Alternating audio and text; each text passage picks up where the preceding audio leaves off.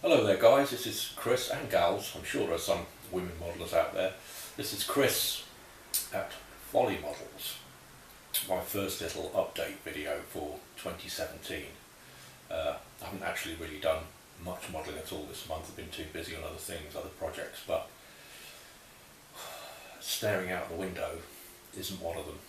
Although you can get some good ideas just staring out the window for short lengths of time. But today, it's blooming freezing out there.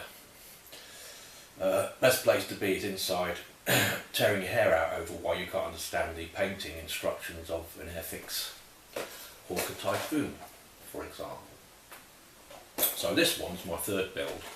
It's the Airfix Hawker Typhoon, which I know a lot of you will be familiar with and already built to a pretty decent standard. It's the 1/72 scale. This is really an accidental build. It was on my lad's bedroom floor and someone stood on it and put their foot through the wing section, which I've managed to do a kind of bodge repair job on. If you look there, you can see where there was a huge hole through that. Well, it was major cracks and everything, which I've managed to glue and sand down, repaint on the other side, but there's still a little crack there which I can fill and repaint. But so basically this was someone else's abandoned project. He's moved on to other grander schemes. So I basically just started fixing it up. You know, he's a young lad, so he'd made a couple of mistakes, but not many that you couldn't rectify. The fact that it got badly damaged, I think, put him off, you know, at such a young age. But actually he put a few pieces together reasonably well, so I've repainted them, sanded them, repainted them, so just basically started on the fuselage parts. So it's really in its infant stages. There's really hardly done anything to it. Painted, you know, done some painting on the sprues. I'm not going to go through sprue cores because there are loads of people out there that are far more interested in that kind of thing than me, and they're far more adept at it as well. A lot more experienced in giving talks on styrene. So yeah, other parts I've tried to paint as many parts as I can so far. There's still some more to do. It's all pretty grey, so you can't really see it, you know, with the colour of the dust sprue on there. A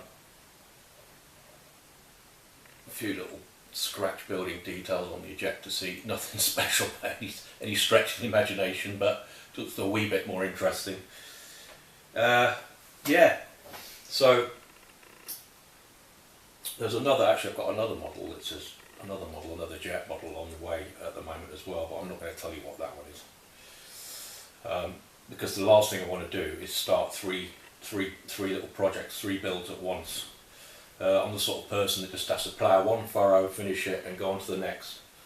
Although I have worked in that sort of scattershot pattern before, but it doesn't produce results for me. Some people it does. They can work on 10 things at once and, you know, get great results from it. I'm not particularly one of them. So this was it. Well, what I liked about this for me was the fact that it's a propeller. It's the old propeller aircraft, which I'm really coming round to now. I've got a lot of jets to build though. So what I want to do is just really get the jets eventually into sort of the shape of like a little collection really. Which, you know, when I mean a little collection, I mean a little collection, you know, 5 or 6 maybe, and then I want to move on to some other, like I say, propeller driven incarnations. So that's where we are at the moment. I just thought I would, you know, put yet another little video out. When I say yet another, I'm not talking about mine, I'm talking about the millions of modelling videos that are already out on YouTube. But I'm sure mine will melt in there somewhere. So yeah, so I'm actually this is actually sort of the new tool Airfix production, and for the money I've seen this in the starter kits. I think I've actually seen this online for like £5.99 or £6.99 or something. You know, it is brilliant value for youngsters who want to start modelling with the starter kits. It's fantastic, and also the detailing on it is impressive. The panel lines, as you can see there, maybe the panel line detailing, nice mouldings. You know, it's not bad at all. Really, really good for that money. Anyway, I'm rambling away now. Oh, let me just show you a broken machine gun. Here we go. One of those there. That's snapped. That was one of the casualties of the carpet attack. But I'll leave that back on. So yeah. Although this, I must say, I didn't find the instructions, the painting instructions, whilst Airfix's new sets of instructions with its painting instructions, as you know, most of you are familiar with, is, I mean, the standard's excellent now. I mean, you can't really moan about that. They're so well laid out. The graphics, everything, the colour scheme is to me, I just think it's excellent.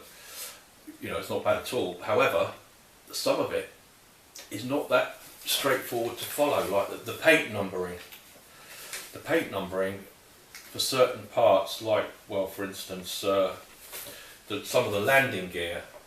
I mean, that's just a ground colour I've put on there. I'm going to paint over that again, but the number sequencing for it, I can't seem to find it.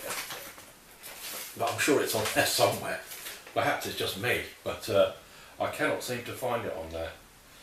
We've got two. Obviously, there's two aircraft schemes. You've got the Royal Air Force one in the Netherlands, the end of the Second World War, and then the Canadian version, also based in the Netherlands.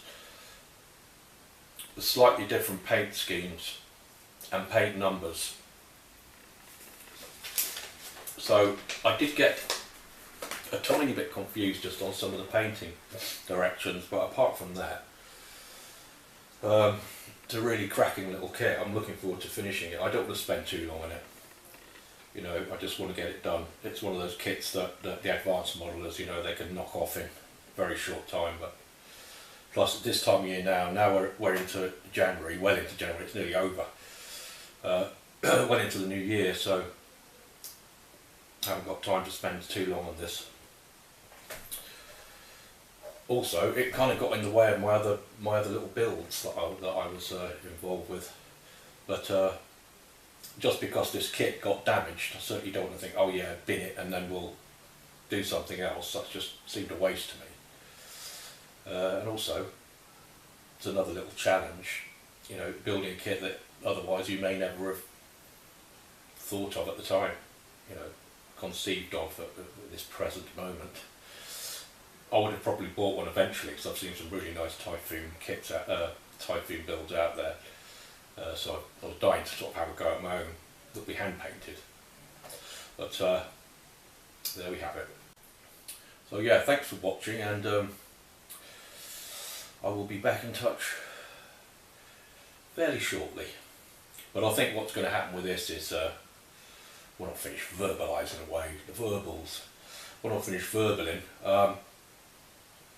I will just simply present a little final build video with a few photographs of the, you know, early stages of the build. But to be quite frank, you know, there are a lot of people of much better levels than me, and I can't see the point in taking up video space with, you know, the stages of the build, you know, in laborious, boring detail for a lot of people. Some people enjoy that kind of thing, you know, and if it's done well by somebody who really knows what they're talking about, then, you know, fair play to them. But for me, I shall just, like I say, insert a few photographs and final stages of the build and the reveal, see how it goes from there. Okay, enough of me. Good evening.